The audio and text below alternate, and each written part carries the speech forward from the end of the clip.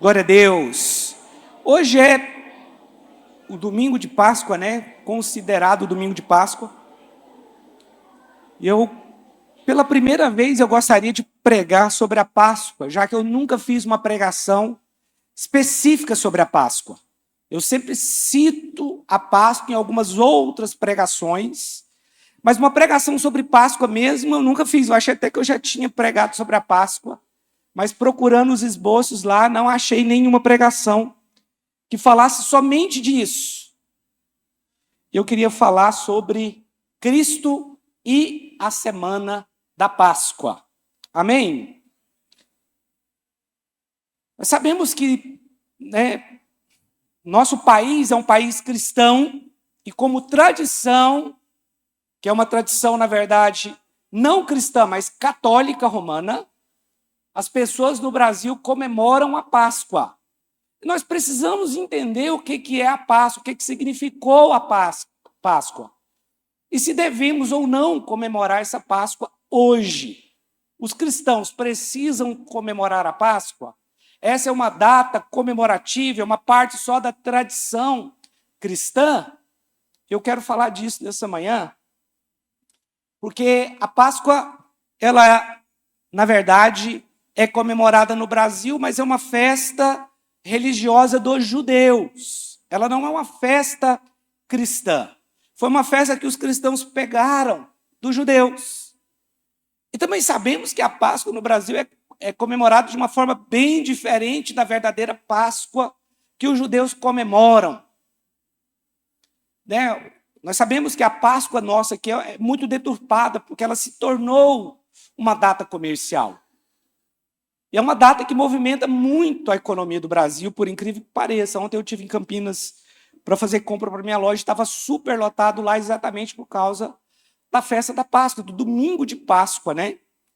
Mas eu quero hoje mostrar para você na Bíblia quais foram os passos de Jesus na semana que antecederam a Páscoa. Aqui no Brasil nós chamamos a Semana Santa, Semana da Páscoa. O que aconteceu com Jesus nos dias que antecederam essa Páscoa? Será que nós, os cristãos, deveríamos também, assim como os judeus, comemorar a Páscoa? A Páscoa no Brasil, ela é marcada pelo coelho, pelo ovo de Páscoa, né? Que você paga um absurdo só porque ele tem formato de um ovo, não é verdade? É muito caro. Eu confesso que eu gosto de comer ovo de Páscoa, mas eu prefiro comprar um chocolate normal, que é mais barato. Sem o formato, ele vai sair aí muito mais barato do que o ovo. Quer dizer também que o ovo não tem nada a ver com Páscoa, nem coelho. Coelho também não bota ovo. Então, não tem nada a ver com a Páscoa. Você já percebeu, mas coelho não bota ovo não, tá? Então, você vê como está meio deturpada a nossa Páscoa. Muitos dos elementos da Páscoa foram substituídos, né, aqui no Brasil, mas também até mesmo pelos judeus. Os judeus hoje não comemoram a Páscoa como era na antiguidade. Mas aí, durante a palavra, eu quero falar para você sobre isso, né? Agora, o propósito da Páscoa para o judeu era relembrar a saída deles do Egito. Porque a primeira Páscoa foi comemorada no 14º dia de Nissan, que era o primeiro mês do ano, que era entre os meses de março e abril. Então era ali que era comemorada a Páscoa. Quando eles saíram do Egito, Deus ordenou que eles fizessem uma festa da Páscoa, que eles comemorassem a Páscoa, e ali eles estavam comemorando a saída deles para o Egito, e a ordem é que eles continuassem comemorando a Páscoa, para que os seus filhos, os seus descendentes, continuassem lembrando o grande livramento que eles tiveram ao sair do Egito. Por esse motivo, o povo hebreu comemorava e comemora até os dias de hoje a Páscoa. Mas a Páscoa tem algum sentido para o judeu, para o israelita? Tem. Porque de fato Deus tirou aquela nação do Egito. E até os dias de hoje, não é errado para eles comemorarem a Páscoa. Pastor, e para nós comemorar a Páscoa é errado? Nem errado e nem certo. Só não é uma festa cristã. Não é, pastor, não é. Talvez na sua cabeça você pense que é porque existe uma tradição católica que puxou essa festa lá dos judeus para o cristianismo. Mas nós não temos nada a ver com a Páscoa. Não, não. No sentido de festa, não. Agora, nós precisamos saber o que aconteceu. O que foi a Páscoa? O que a Páscoa representava. Nesse aspecto, você precisa estar inteirado, você precisa saber. Porque a Páscoa, ela foi uma realidade para o judeu, mas para nós ela foi uma sombra. Por quê? Porque a Páscoa ela tem uma representatividade que se cumpriu no tempo da graça, que é o tempo que nós estamos vivendo. Desde quando nós estamos vivendo o tempo da graça? Desde o dia em que o Cordeiro morreu. Jesus. Nós estamos vivendo uma outra dispensação. E essa outra dispensação, chamada de dispensação da graça, era diferente da dispensação passada, antes de Cristo, que era a dispensação da lei, que veio quando Moisés, quando o povo saiu do Egito, e Moisés escreveu a lei, que durou aproximadamente 1.500 anos. Quando Jesus veio e morreu, a Páscoa se cumpriu. Amém?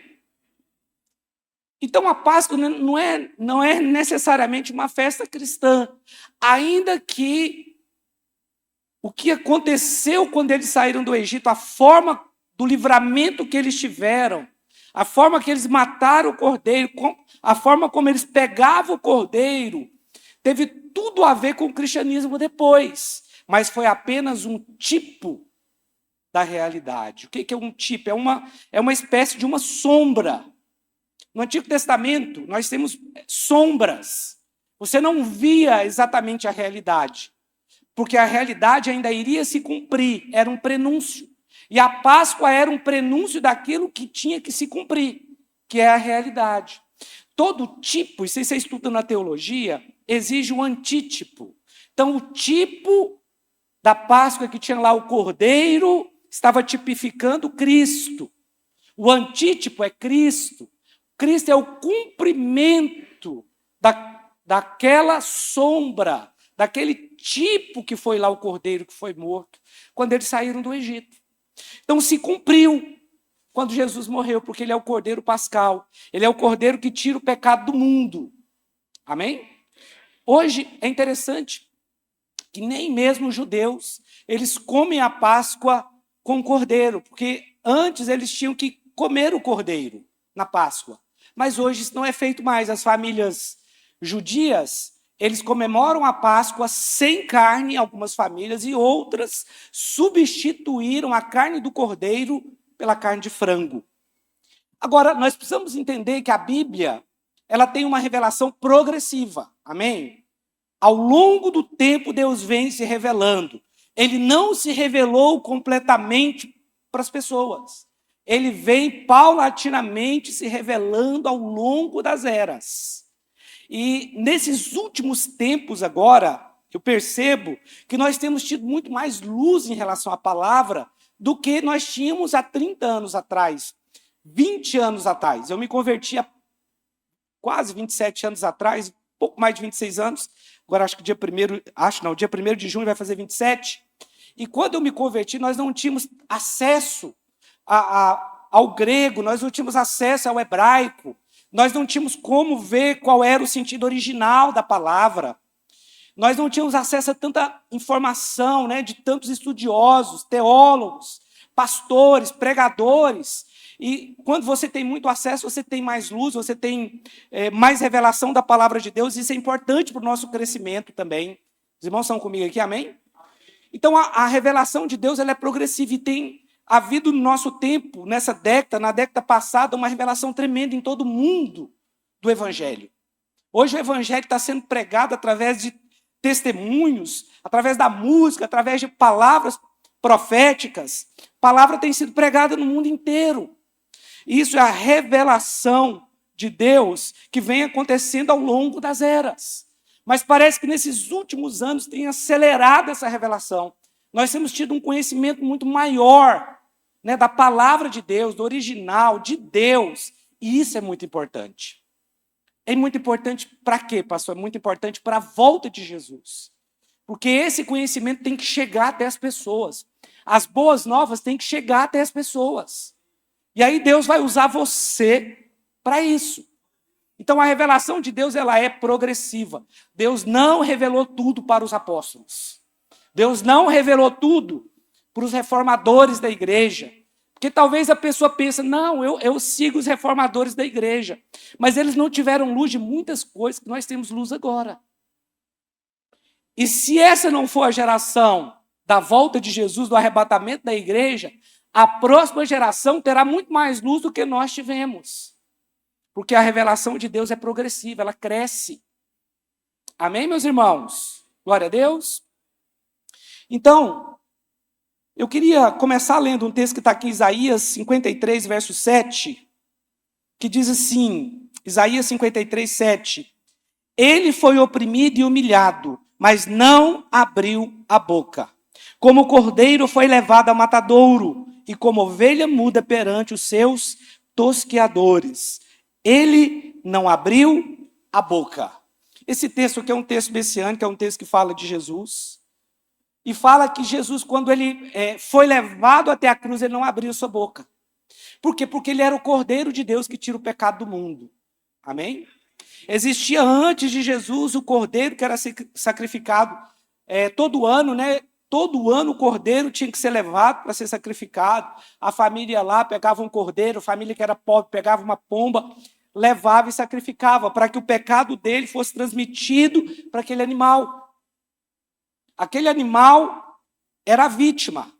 Ele morria ali porque o sacerdote cortava, degolava aquele cordeiro, o sangue era derramado para que o pecado do ofertante passasse para a vítima, que era o cordeiro. Eles traziam isso na festa da Páscoa. O cordeiro era morto na Páscoa.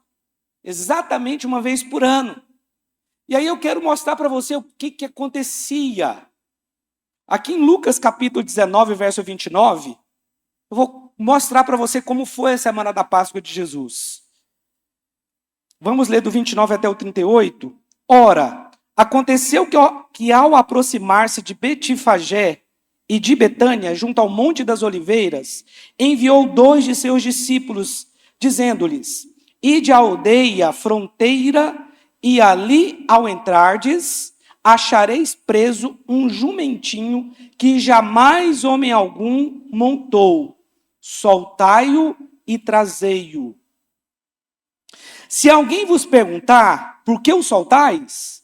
Respondereis assim, porque o Senhor precisa dele. E indo os que foram mandados, acharam segundo lhes dissera Jesus. Quando eles estavam soltando o jumentinho, seus donos lhe disseram, por que o soltais? Responderam, porque o Senhor precisa dele. Então o trouxeram e, pondo as suas vestes sobre ele, ajudaram Jesus a montar. Indo eles, estendiam no caminho as suas vestes.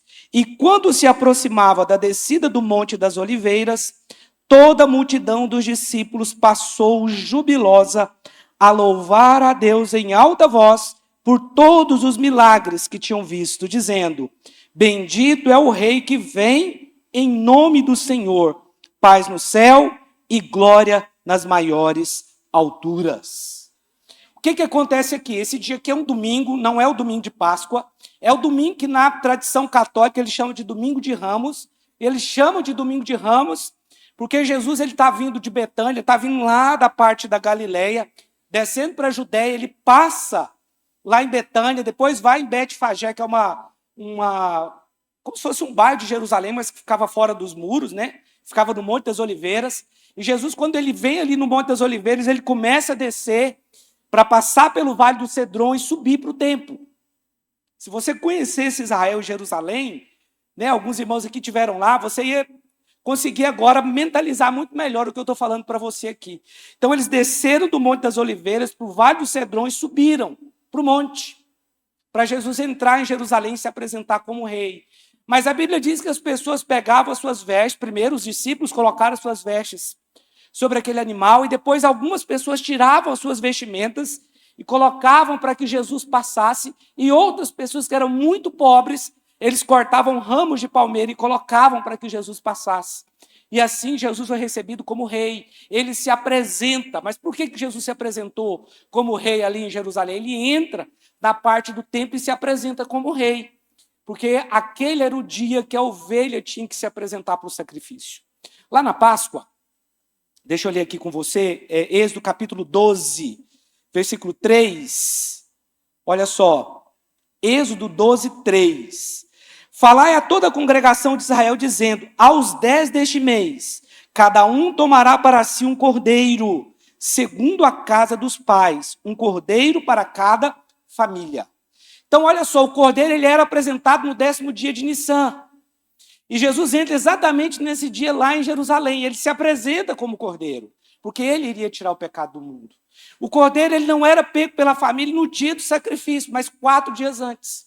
Ele era pego no 10º dia, como está escrito aqui, né, na Páscoa. Ele era pego ali e ele ficava naqueles 4 dias ali com a família, era um cordeiro de 1 ano. Ele ficava ali, brincava com as crianças, dormia com as crianças, para que no 14º dia ele fosse sacrificado. Mas sabe por que acontecia o sacrifício? Sabe por que o cordeiro ficava 4 dias com as crianças ali? Porque as crianças estabeleciam um relacionamento com o cordeiro. E era muito chocante aquela mesma criança ver que aquele cordeiro tinha que ser morto. E os pais faziam questão de falar qual o motivo para eles. Ele está sendo morto por causa do seu pecado. Ele está sendo morto por causa do meu pecado. Era muito chocante aquela cena. Porque 4 dias, crianças já se apegavam, brincavam, um cordeirinho bonitinho, todo branco. Mas no 14º dia ele tinha que ser morto. Jesus ele entra no 10º dia de Nissan, ele se apresenta. Mas está escrito que é no 10º dia? Não está escrito, mas não precisa. Porque ele foi morto no 14º dia. Então é só você voltar 4 dias antes, que aqui vai dar no domingo. Então ele entra no domingo, e quando Jesus entra no domingo, ele entra por uma porta que nós conhecemos como a porta do Oriente. Essa porta, hoje é uma porta que está fechada. Quando eu falo de porta, é um portal nos muros que cercavam Jerusalém, que cercavam o templo, porque o templo ele fica num monte e tem uma esplanada, e ali tem um muro. E só tinha uma entrada descendo do Monte das Oliveiras para o monte do templo, para o Monte Moriá, onde ficava ali o templo, só tem uma entrada, que é a entrada que dá para o Oriente, que hoje é conhecida como a Porta Dourada, porque quando o sol se põe, o sol bate naquela porta, ela fica com uma cor dourada. E Jesus entra por aquela porta e Jesus cumpre uma profecia. Ezequiel capítulo 43, versículo 1 e 2, olha aqui. Ezequiel 43. Os irmãos estão conseguindo me acompanhar ou estou sendo rápido? Amém? Então um homem me levou à porta que olha para o Oriente. E eis que do caminho do Oriente vinha a glória do Deus de Israel. A sua voz era como o ruído de muitas águas, e a terra resplandeceu por causa da sua glória. Aqui foi uma profecia aproximadamente aí 500, 600 anos antes, de que a glória do Senhor ia passar pela porta que dá para o Oriente. Isso acontece no domingo de Ramos. Jesus cumpre a profecia e entra naquela porta dourada, né, que hoje é chamada de porta dourada, mas na época era a porta do Oriente. Hoje, nessa porta, se eu não me engano, lá tem uma sinagoga dos judeus. Eu não tenho certeza se é isso, mas eu acho que lá tem uma... Ela é bem grande, bem larga, tem uma muralha, né? E eu acho que lá tem uma sinagoga. Sinagoga ou uma mesquita, não sei, mas eu acho que é sinagoga mesmo. Mas então, no 10º dia, Jesus ele entra em Jerusalém, no domingo de Ramos, que é conhecido aqui na nossa cultura como domingo de Ramos, ele entra pela porta e se apresenta como ovelha. A ovelha que foi levada para o matadouro, como está escrito lá em Isaías 53, 7. E ele foi oprimido e humilhado, mas não abriu a sua boca. Ele se apresenta como o cordeiro foi levado ao matadouro, como ovelha muda perante os seus tosqueadores. Ele não abriu a sua boca. Então, a primeira coisa é que Jesus, ele se apresenta como o cordeiro que deveria morrer. Zacarias capítulo 9, verso 9, fala aqui dessa entrada de Jesus ali em Jerusalém, né?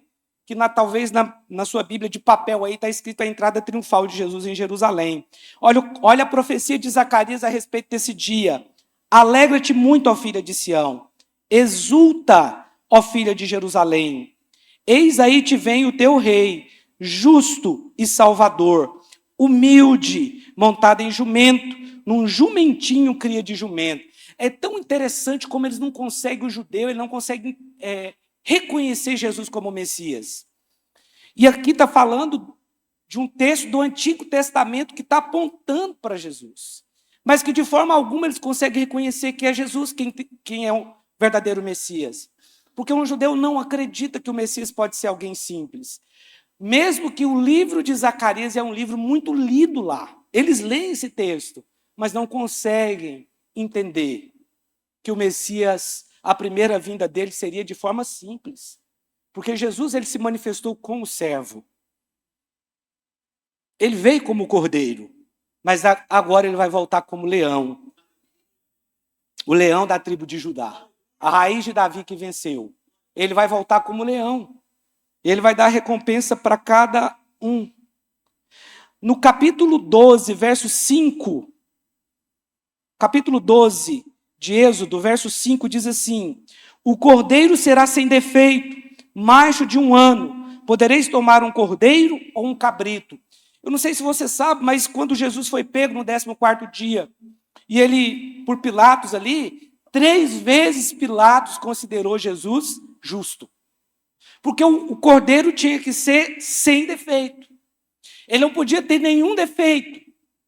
E aí, quando ele estava diante de Pilatos, 3 vezes, ele foi declarado justo por Pilatos. Mas o povo pediu que soltasse Barrabás e que crucificasse Jesus. E Barrabás representa você e eu. Nós éramos Barrabás. Porque foi a morte de Jesus que nos trouxe vida. Jesus foi preso para que você fosse livre das amarraduras do diabo. Ele levou na sua cabeça a maldição do espinho, uma maldição que já tinha vindo lá em Gênesis sobre a terra. Ele suou gotas de sangue para que nós hoje entrássemos no descanso. Amém? Você crê nisso? E aqui no versículo 5 está falando que ele tinha que ser um macho de 1 ano sem defeito. Não podia ter defeito algum. Agora, tem um outro texto que diz que nenhum osso de Jesus poderia estar quebrado. Depois eu não sei se eu tenho esse texto aqui. E o animal que era pego ali, ele não podia ter mancha alguma, não podia ter defeito algum, e ele era examinado pelo sacerdote quando era ali imolado. Quando ele chegava no templo para ser oferecido aquele animal, ele era investigado pelo sacerdote. O sacerdote tinha que olhar, tinha que examinar e tinha que determinar se ele era ou não puro o suficiente para ser morto. Quando esse animal era declarado puro ou sem defeito, o que acontecia? Porque o lugar onde esses animais eram criados era nos campos de Belém. Lá em Belém fica muito próximo de Jerusalém. Quando nós estivemos em Israel, não estive lá em Belém. Eu quero ir de novo em Israel e eu quero ir conhecer os campos de Belém. E lá nos campos de Belém, era o lugar onde os animais eram criados. As ovelhas eram criadas especificamente para o sacrifício no templo. E os campos de Belém é um lugar bem acidentado, com montes, com vales, com pedras. Mas ali os pastores cuidavam, tem muitas torres até hoje onde os pastores ficavam para cuidar das ovelhas. E quando alguém chegava para comprar, especialmente os sacerdotes, né, que levavam essas ovelhas para o templo, ou até mesmo os peregrinos que compravam ali, levavam o seu próprio animal, eles tinham que, quando eles chegavam ali, que eles examinavam o animal, que eles olhavam o animal estava perfeito, era de 1 ano. O que eles faziam? Eles pegavam aquele animal de 1 ano, colocavam uma espécie de um pano, envolvia aquele animal num pano e pegava aquele animal e colocava numa manjedoura, lá em Belém. Eles enrolavam aquele animal num pano e colocavam numa manjedoura. Por que eles faziam aquilo? Porque uma vez que o animal era considerado puro, Ele não podia ir sendo tocado mais. Ele não poderia sair andando, porque havia o risco dele quebrar uma perna e se tornar um animal, então, impuro, ou então um animal que não fosse o suficiente para tirar o pecado do ofertante. Então eles enrolavam aquele animal, colocavam numa manjedoura, e depois pegavam aquele animal e levavam lá para o templo para ser sacrificado. Esses animais ficavam lá no campo de Belém, o mesmo lugar em que um dia Jesus nasceu. E foi colocado envolto a panos, numa manjedoura, no mesmo lugar, no mesmo campo de Belém, que milênios antes, ou anos, centenas de anos antes, eram os campos de Davi. O mesmo lugar onde Boaz, que representa Cristo, e Ruth se encontraram, a Moabita, que representa a igreja. Lá nos campos de Belém, foi onde Davi foi visto por Deus de trás das malhadas, quando ele não foi convidado lá para almoçar com Samuel. Davi estava atrás das malhadas no campo de Belém. De forma muito simples e humilde, Jesus nasce naquele lugar, porque José e Maria moravam em Nazaré. Mas como teve o censo, eles tiveram que descer de Nazaré, que fica na parte da Judéia. Eles desceram para fazer esse censo, e Maria já estava com quase 9 meses. Meu irmão, você tem ideia o que é uma mulher sair lá de Nazaré, descer, para chegar lá na Judéia, lá em Belém? Belém fica muito próximo de Jerusalém, fica 8 quilômetros. É próximo, talvez até menos do que isso. Ela desceu para fazer o censo, mas quando chega em Belém, sem casa, sem nada, ela dá à luz. Hoje, quando a mulher fica grávida, né, ela faz o pré-natal para tentar proporcionar à criança o melhor nascimento possível. Mas aquela mulher tão guerreira, ela desce lá de Nazaré e vem ali para Belém, e ali ela dá à luz ao Salvador, porque a Bíblia diz que o Salvador viria de Belém. Belém Efrata. O Belém Efratá. Ela dá à luz, Jesus envolta aos panos, e quem são os primeiros a ser avisados disso? Os mais desprezados foram os primeiros a serem avisados de que o Salvador nasceu. Esses são os pastores, eles estavam lá no campo pastoreando as ovelhas. E aí o anjo se manifesta e fala: hoje nasceu o Salvador. Os primeiros que visitaram o Salvador foram os pastores. Os mais desprezados daquela época eram homens simples. E até hoje os pastores, né, como diz o pastor Luiz, são também os mais desprezados. Quando você fala que é pastor, você não tem moral quase que nenhum, por ninguém. As pessoas te desprezam. Você pode falar que é um médico, você pode falar que é um advogado, um arquiteto, você pode falar que é um vendedor, você pode falar a sua profissão, ok. Mas quando você fala que é um pastor, a pessoa não dá crédito para você. Assim em todo lugar. Igreja não tem crédito em banco, pastor também não tem, assim, da maioria, se a pessoa souber que é só isso mesmo que você é. Eles eram desprezados, mas a palavra diz que o evangelho foi anunciado a eles, as boas novas foram anunciadas a eles primeiro, e eles temeram a Deus. Mas a Bíblia diz que o anjo falava com eles, e eles começaram a ver milhares de outros anjos. E aí, então, eles foram naquele lugar onde era a manjedoura. Porque talvez na sua cabeça, né, você pense que os reis magos é que foram os primeiros que viram Jesus. Mas, na verdade, os reis magos só viram Jesus praticamente 2 anos depois que Jesus já tinha nascido. Aquele presépio que você vê lá não é verdade. Mas isso é uma outra história, não vou entrar nisso agora, porque senão eu não vou pregar aqui. Aqui em Êxodo 12, 46, eu vou ler o texto aqui que eu falei para vocês. 12, 46. O cordeiro há de ser comido numa só casa. Da sua carne, não, está certo isso? Não levareis fora da casa, nem lhe quebrarei osso nenhum. Isso aqui foi uma profecia que também se cumpriu em Cristo, porque quando Jesus estava sendo crucificado, o comum, porque Jesus estava sendo crucificado no dia em que o cordeiro tinha que ser morto, mas no dia seguinte era Páscoa. E nós precisamos entender que, quando nós falamos o dia seguinte aqui, 6 horas da tarde virava o dia. Ok? Então, para nós, Jesus morreu numa quinta-feira. Para eles foi numa sexta. Desculpa, para nós foi quinta, mas a Páscoa para eles, que para nós foi na quinta, para eles foi na sexta, porque já era depois das 6 horas. O que aconteceu?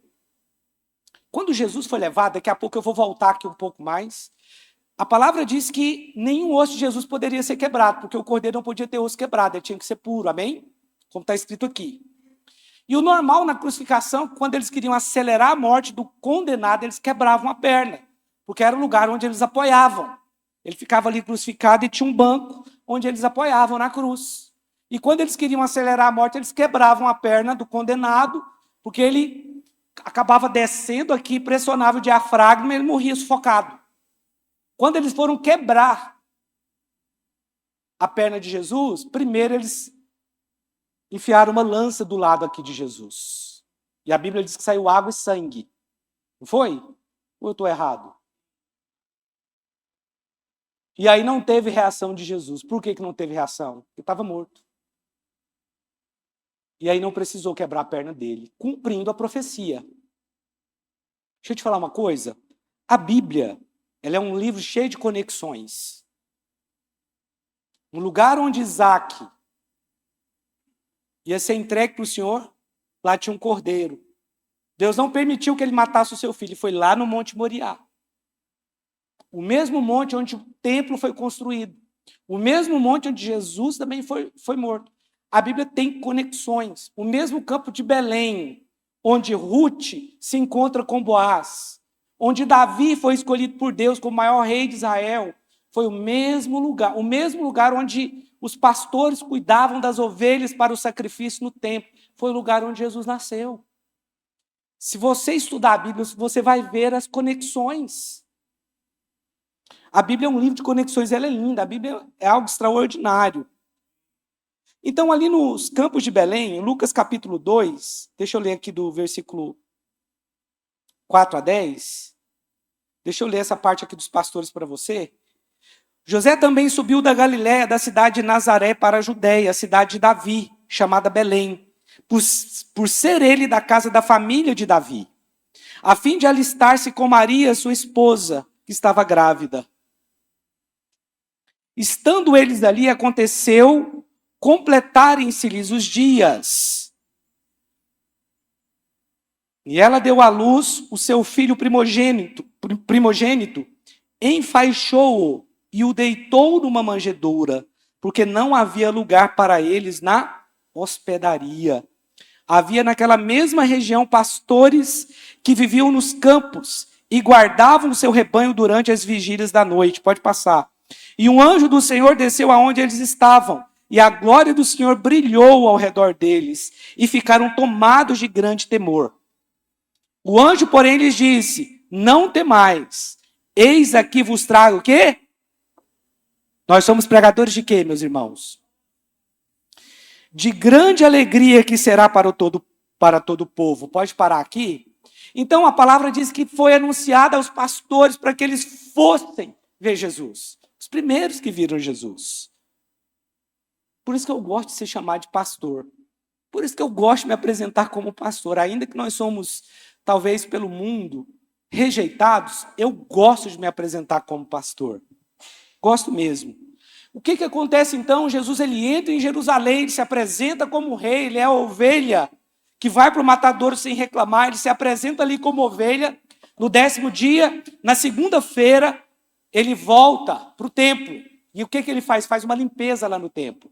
Porque estava acontecendo de que aqueles mesmos sacerdotes estavam autorizando pessoas a comprar o animal e a barganhar com as pessoas que vinham de longe para que eles comprassem deles aquele animal. E eles estavam vendendo animais para serem sacrificados ali no templo. E aí Jesus entra, olha só, Marcos capítulo 11, versículo 12 até o 15. No dia seguinte, quando saíram de Betânia, teve fome. E vendo de longe uma figueira com folhas, foi ver se nela, porventura, acharia alguma coisa. Aproximando-se dela, nada achou senão folhas, porque não era tempo de figos. Então lhe disse Jesus: nunca jamais coma alguém fruto de ti. E seus discípulos ouviram isso e foram para Jerusalém. Entrando ele no templo, passou a expulsar os que ali vendiam e compravam. Derribou as mesas dos cambistas e as cadeiras dos que vendiam pombas. Quando você vai lá, está até hoje preservado o lugar onde os cambistas ficavam. Então aqui na segunda-feira, Jesus ele volta para o templo e agora ele volta com uma outra missão. Primeiro ele se apresenta como ovelha, mas agora ele volta para o templo para fazer uma limpeza. Tudo isso dá uma indicação do que realmente era o cristianismo. Porque é interessante que antes dele entrar para o templo novamente e fazer essa limpeza ali, isso aponta para a santidade, isso mostra que o cristianismo, os cristãos, precisam viver uma vida de santidade, uma vida de consagração, sem negócios. E aí então ele pega e entra no templo, mas antes disso a Bíblia diz que ele vai até uma figueira, aquela figueira não tem fruto, ele amaldiçoa a figueira. Agora, por que Jesus ele vai até uma figueira, não tem fruto, ele amaldiçoa a figueira? O que significa? O que na verdade ele estava amaldiçoando? Não era exatamente a planta, mas ele estava amaldiçoando a religião. Porque o que ele estava mostrando? A religião é isso. Ela tem, porque o problema não era que aquela figueira não tinha fruto, é que ela tinha uma aparência que tinha. Estão entendendo a diferença? Não, pastor, não entendi nada. Ela parecia que era, mas não era. Ela parecia que tinha, mas não tinha. Ela estava frondosa, ela estava bonita, ela estava verde. Mas ela não produzia fruto. Tem coisa que parece que é de Deus, mas não é. É a aparência. Os irmãos estão entendendo isso? Quando Jesus chega, o que ele amaldiçoou foi a aparência. E o que é religião? Religião é a aparência. Você muda por fora, mas por dentro você não mudou. Toda nossa mudança ela tem que ser interior, amém? E aí, quando Jesus chega ali, ele amaldiçoou a figueira por isso. Não é porque ele teve raiva da árvore. Não é porque ele ficou irado. Jesus não era assim. Ele amaldiçoou porque ela tinha uma aparência. Agora a Bíblia fala também da figueira que foi plantada na vinha. Tem um texto que fala de uma figueira que estava plantada na vinha. Durante muito tempo eu ficava pensando, mas o que uma figueira estava fazendo na vinha? Ficava fazendo essa pergunta, mas o que é isso? O que é a vinha? A vinha é o reino de Deus. Repita comigo, a vinha é o reino de Deus. Mas naquela vinha tinha uma figueira plantada dentro dela. E a Bíblia fala que durante 2 anos o viticultor estava indo lá e não achava ali, o proprietário estava indo lá e não achava fruto. O que era essa figueira? Israel. A figueira aponta para Israel, porque eles estavam dentro do reino de Deus. Assim como a igreja está dentro do reino de Deus hoje. Só que tem uma diferença, eles não estavam produzindo frutos. Preguei sobre isso, deve ter um mês, pouco mais do que isso. Eles não estavam produzindo seus respectivos frutos. Por isso, quando Jesus passa e vê a figueira que não tinha fruto, ele amaldiçoa. Por quê? Porque eles tinham tudo para dar fruto, mas não davam. Eles eram alimentados por Deus, mas não davam frutos. Se fecharam para a salvação. E aí Jesus vai e amaldiçoa a figueira. Isso aí na segunda-feira. Ele entra no templo, faz a limpeza, aponta para a santidade. E depois, e antes disso, ele amaldiçoa a figueira. Na terça-feira, os discípulos atestam que a figueira secou. Olha só. Marcos capítulo 11, versículos 19 a 22. Em vindo à tarde, saíram da cidade. E passando eles pela manhã, viram que a figueira secara desde a raiz. Então Pedro, lembrando-se, falou: Mestre, eis que a figueira que amaldiçoaste secou. Ao que Jesus lhe disse: tende fé em Deus. Aqui, Jesus começa então, depois que ele amaldiçoa a figueira, que eles percebem, no outro dia que eles percebem que a figueira secou, começa então um sermão escatológico. Jesus começa a falar da volta dele. Aí acontece que está lá em Mateus capítulo 24, quando eles perguntam a respeito de Jesus, fala: olha, está vendo essas grandes pedras aqui? Jesus fala: olha, não vai ficar aqui pedra sobre pedra que não seja derrubada. Tudo isso aí vai ser derrubado, vai acabar. E aí eles perguntam: mas quando vai acontecer isso? Qual é o sinal? E aí Jesus já dá um sinal, fala, olha, algumas coisas, Jesus fala o seguinte, quando isso começar a acontecer, alguns de vocês ainda vai estar vivo, não passará essa geração. E realmente, a destruição de Jerusalém aconteceu no ano 70 depois de Cristo. Quase todos os discípulos ainda estavam vivos.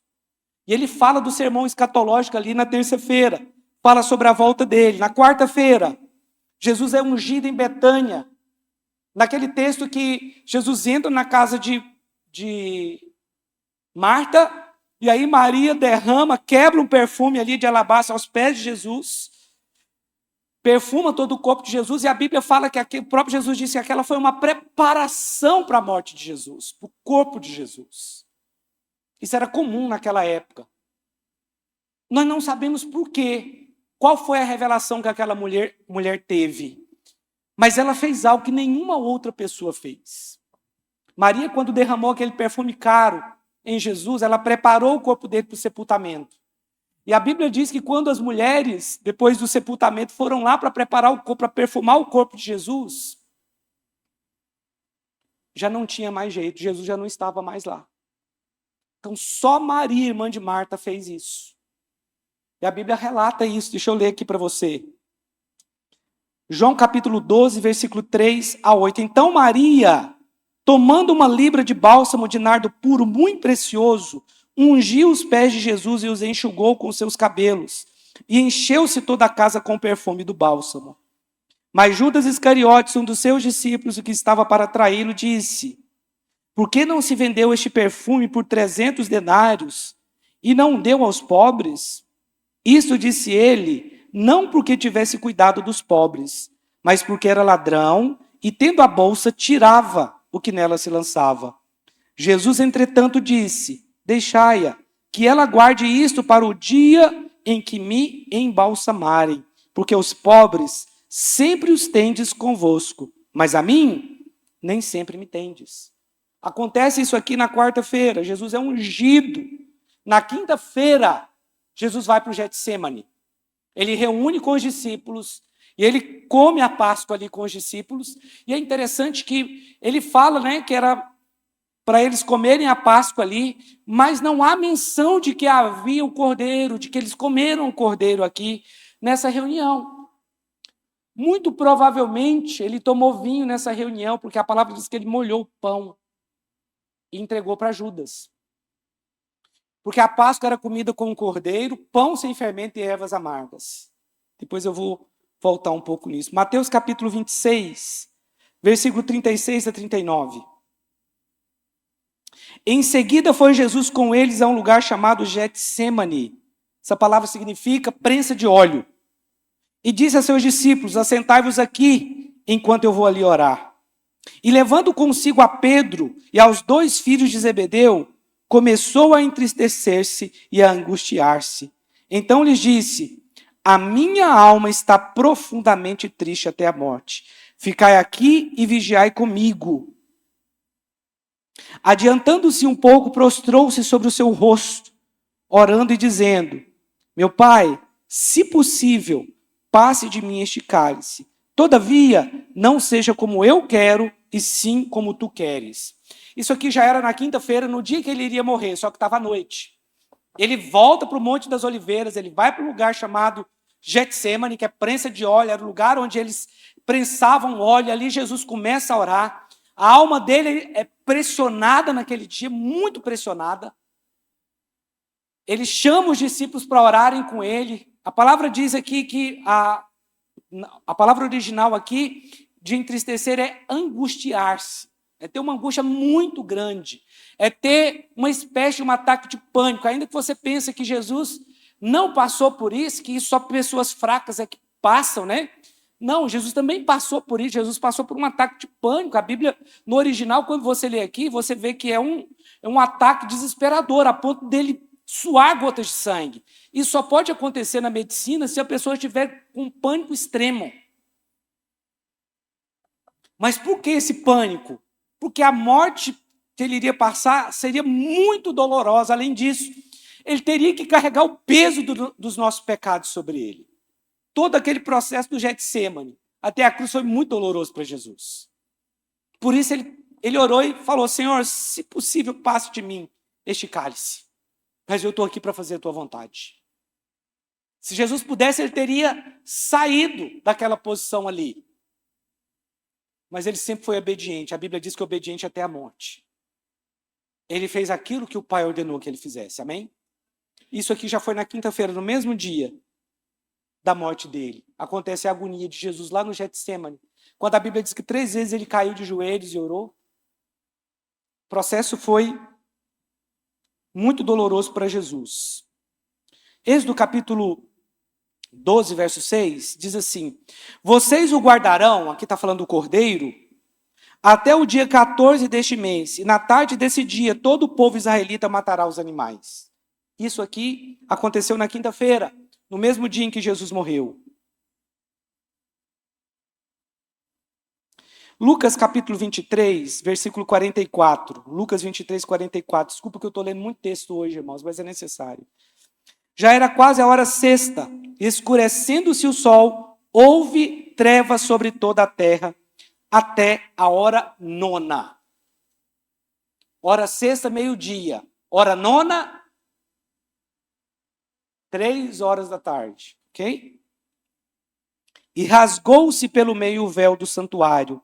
Então Jesus clamou em alta voz: Pai, nas tuas mãos entrego o meu espírito. E dito isto, expirou. O cordeiro tinha que ser morto entre 3 da tarde e 5 da tarde. Aqui está falando que foi a hora nona. Qual que é a hora nona?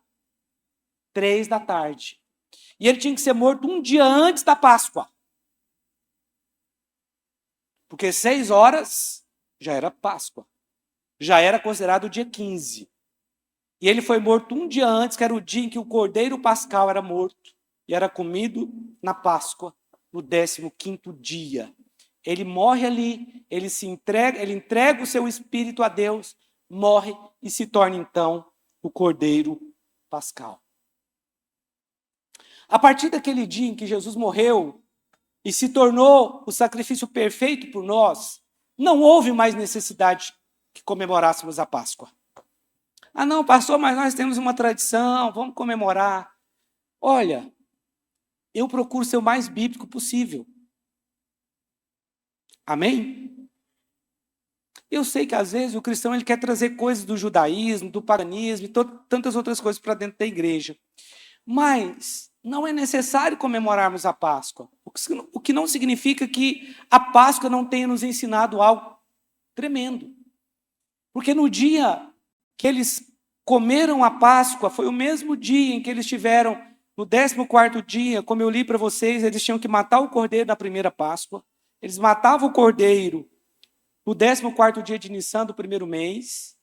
Eles tiveram que passar o sangue daquele cordeiro nos umbrais da porta. Porque naquele dia viria a 10ª praga sobre o Egito. E a 10ª praga era pior, é que todos os primogênitos, tanto de homens como de animais, iriam morrer. Exceto as famílias cuja porta tivesse a marca do sangue do cordeiro que foi morto. A palavra que foi dada aos israelitas é o seguinte: virá uma praga sobre o Egito. Vocês precisam matar o cordeiro, pegar o sangue e passar nos umbrais da porta, para que a sua casa fique protegida do anjo da morte. Ainda que na nossa tradução a palavra Páscoa, ela está traduzida simplesmente como Páscoa, como cordeiro, o sentido mais literal dessa palavra é passar adiante ou proteger. Porque quando o anjo da morte passou nas casas do Egito, que era onde os hebreus moravam, e quando o anjo da morte via nos umbrais da porta e em cima na verga da porta a marca do sangue, ele não podia entrar naquela casa para matar o primogênito.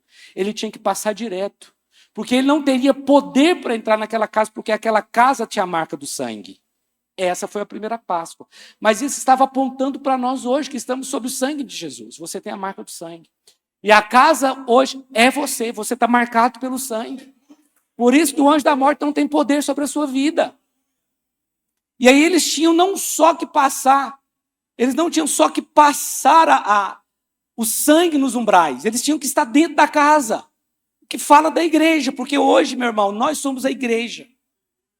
Você quando está dentro da igreja, você está protegido também do anjo da morte. E não é só isso. Eles tinham que comer o cordeiro. Então era passar o sangue, era estar dentro da casa, mas também era comer o cordeiro. O que é comer o cordeiro? É você se alimentar da palavra.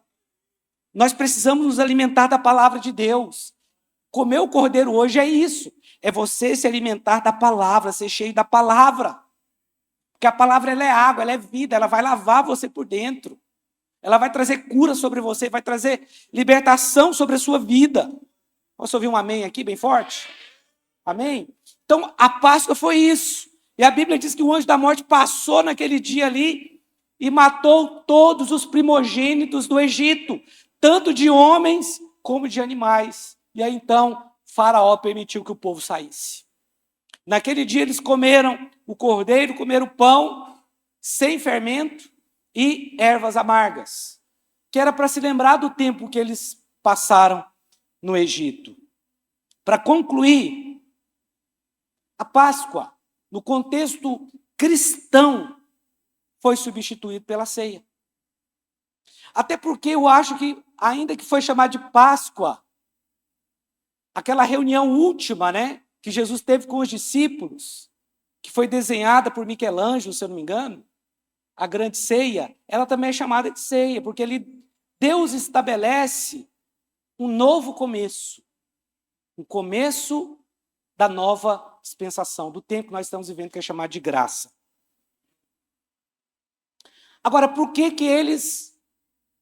os hebreus comeram a Páscoa? Por que eles comeram o cordeiro?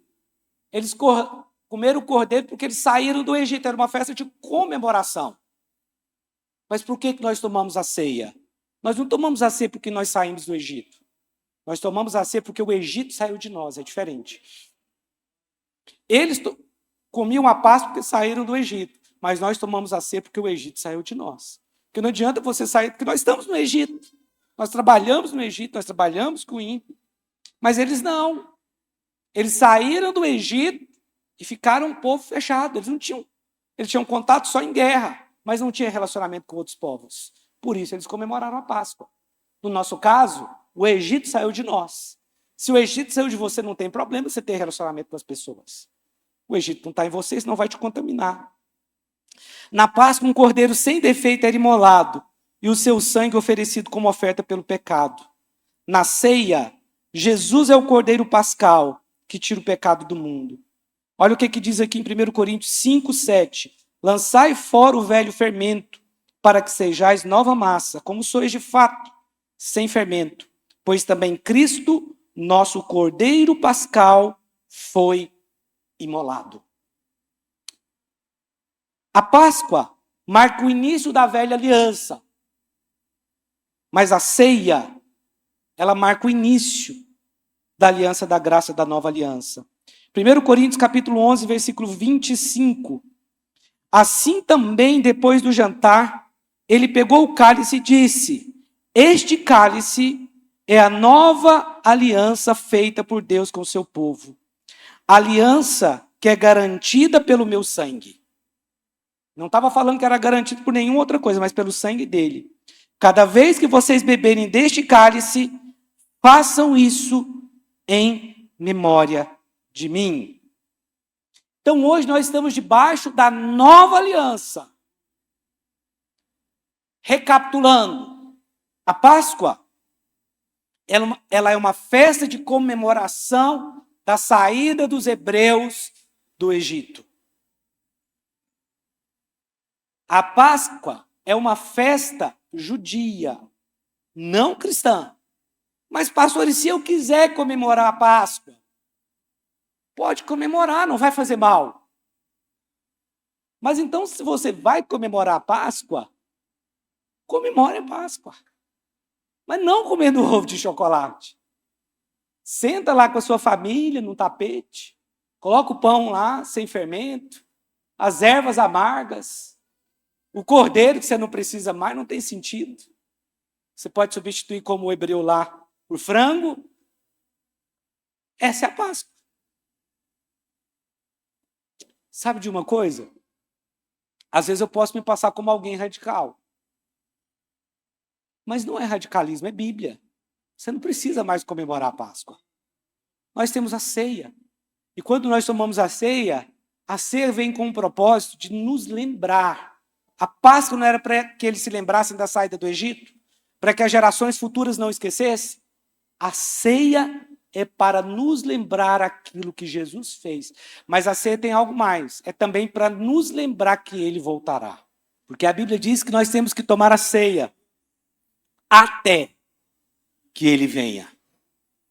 Até que ele venha. Amém? O nosso verdadeiro Cordeiro Pascal é Jesus. A ele toda a honra e toda a glória.